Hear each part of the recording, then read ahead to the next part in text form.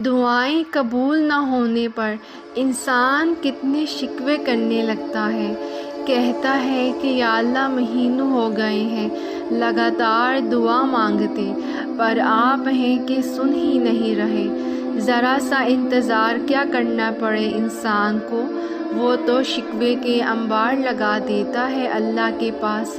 شکوے کرتے ہو کہ وہ میری دعائیں نہیں سنتا، اور تم کیا کر رہے ہو؟ کیا تم اس کا حکم مان رہے ہو؟ تم مخلوق ہو کر شکوے کرتے نہیں تھکتے، وہ خالق ہو کر رحم کرتے نہیں تھکتا۔ یاد رکھو وہ خالق ہے سب کا، تمہارا خالق سے شکوے کرنا تو بنتا ہی نہیں، بس اس رب کائنات کا تو شکر ادا کیا جاتا ہے، اور اس نے پیدا بھی اس لیے کیا کہ تم اس کا شکر ادا کرو۔ اللہ نے تم کو دعا کرنے کا حق دیا ہے، اس کا یہ مطلب نہیں کہ تم اس پاک ذات سے شکوے کرنے بیٹھ جاؤ۔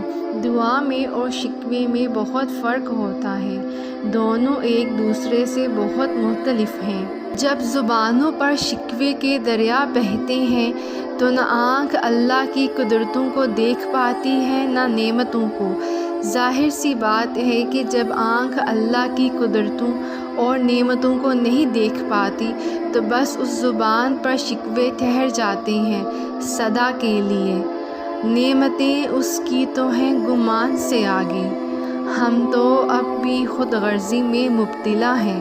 ضروری نہیں ہے کہ جو مانگا جائے وہ اسی وقت مل جائے، اور یہ بھی ضروری نہیں ہے کہ جو نصیب میں نہیں لکھا پھر وہ کبھی نصیب کا حصہ نہیں لکھا جائے گا۔ بس یہ ساری وقت کی ترتیب ہے، سب کچھ اللہ رب العزت کی منصوبہ سازی ہے۔ تمہارے سوچے ہوئے وقت کے مطابق نہ صحیح، مگر جو بھی ہوگا تمہاری رضا کے مطابق ہی ہوگا۔ اگر سب کچھ فوراً ملنے لگے اور ہو بہو ویسا ہی ملنے لگے جیسا تم چاہتے ہو، تو تمہیں کیسے پتہ چلے گا کہ جو چیز اللہ رب العزت سے مانگ کر اور اللہ رب العزت کو منا کر ملے، اس چیز کا مزہ بن مانگے مل جانے جیسا نہیں ہوتا؟ اور اگر نیند آنکھوں میں اترنے لگے تو تم کیسے رات کے اندھیروں میں وہ سرگوشیاں سن سکو گے جو اللہ اور تمہارے درمیان ہوتی ہیں؟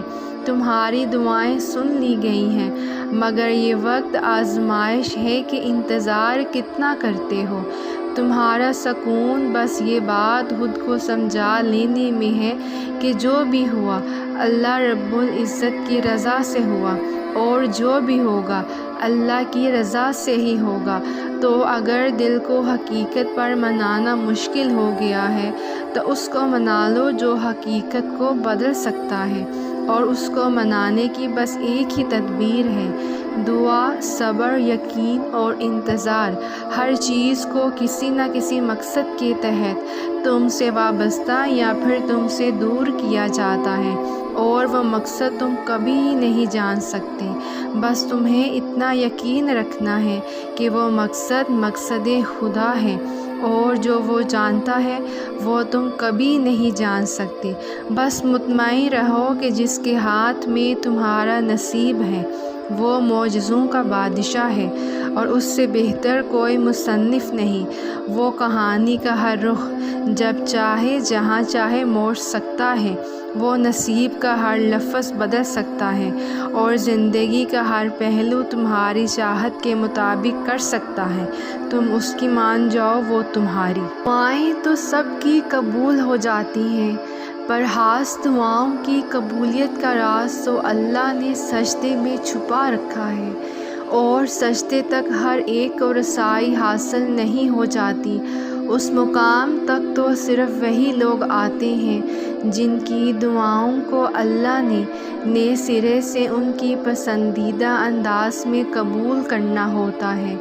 اللہ کی عطا کے خزانے تو بے شمار ہیں، اور وہ تو بن مانگے بھی نواز دیتا ہے، پر سجدے کی لذت سے کسی کسی کو آشنا کرتا ہے، اور جب کوئی سجدے میں گر کر اپنا آپ اللہ کو سونپ دیتا ہے تو پھر اللہ اس کے لیے کافی ہو جاتا ہے، اور اس کا کافی ہو جانا جانتے ہو کیسا ہے؟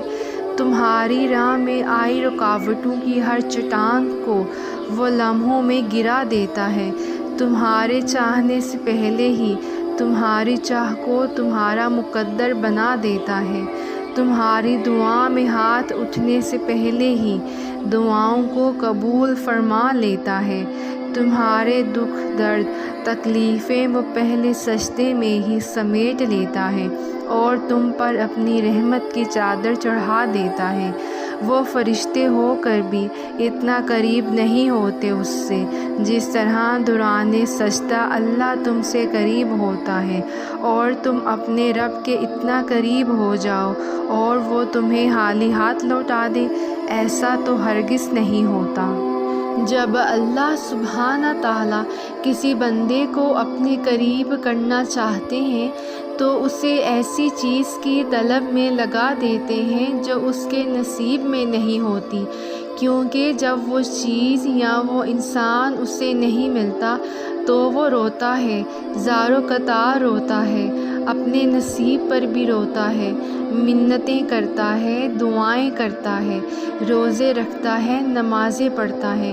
جب ساری کوشش کر کے ہار چکا ہوتا ہے تو اسی وقت اسے اللہ کا قرب حاصل ہو جاتا ہے۔ اللہ نے دکھا دیا ہوتا ہے کہ اس کے سوا اور کوئی نہیں۔ اللہ نے سارے رشتے کی حقیقت عیاں کر دی ہوتی ہے جس سے ہمیں محبت ہوتی ہے، اور اب اس چیز کی طلب بھی باقی نہیں رہتی۔ دل ضد نہیں کرتا، دماغ کو سکون مل چکا ہوتا ہے، اب اسے اللہ کو راضی کرنے کی فکر لگی رہتی ہے۔ بہت خوش نصیب ہے وہ شخص جسے اللہ کی محبت حاصل ہو جائے۔ جب کوئی دعا قبول ہونے میں وقت لیتی ہے تو تمہیں لگتا ہے کہ بس اب کہانی ختم ہو گئی، اور پھر انسان وہ دعا مانگنا ہی چھوڑ دیتا ہے، مگر شاید کہانی تو وہیں سے شروع ہوتی ہے، اللہ اور انسان کی کہانی۔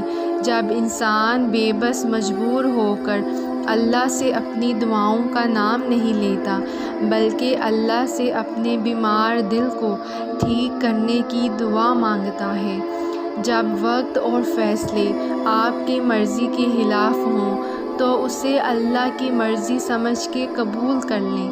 آنے والا وقت اللہ آپ کی خواہش کے مطابق کر دے گا۔ آج کا دن مشکل ہے تو کل آسان ہوگا۔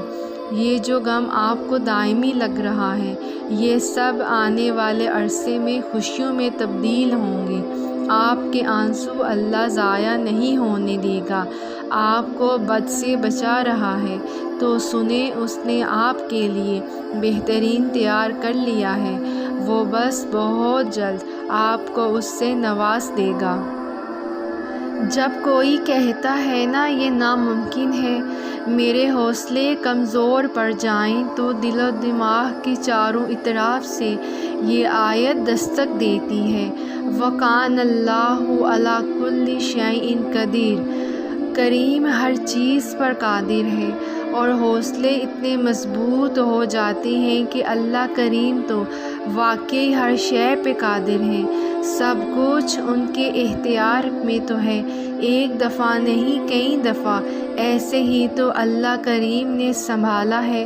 اور پھر وہی خوشی اور شکر گزاری کی ملی جلی کیفیت اور چہرے پہ مسکراہٹ، اور پھر سورۃ الرحمن کی آیت، اور تم اپنے رب کریم کی کون کون سی نعمت کو جھٹلاؤ گے، اور ایسا سب کے ساتھ ہی ہوتا ہے، کبھی نہ کبھی کہیں نہ کہیں، یا اکثر ہم ہمت ہار جاتے ہیں اور ہمیں لگتا ہے کچھ نہیں ہو سکتا، مگر اللہ کریم کا کن کہنا اور ناممکن کا ممکن ہو جانا، اللہ کریم سے ایک دفعہ تعلق جڑ جائے تو وہ کیسے کیسے اپنے بندوں کو سنبھالتا ہے، نہ تو بندہ گمان کر سکتا ہے نہ بیان۔ الحمدللہ۔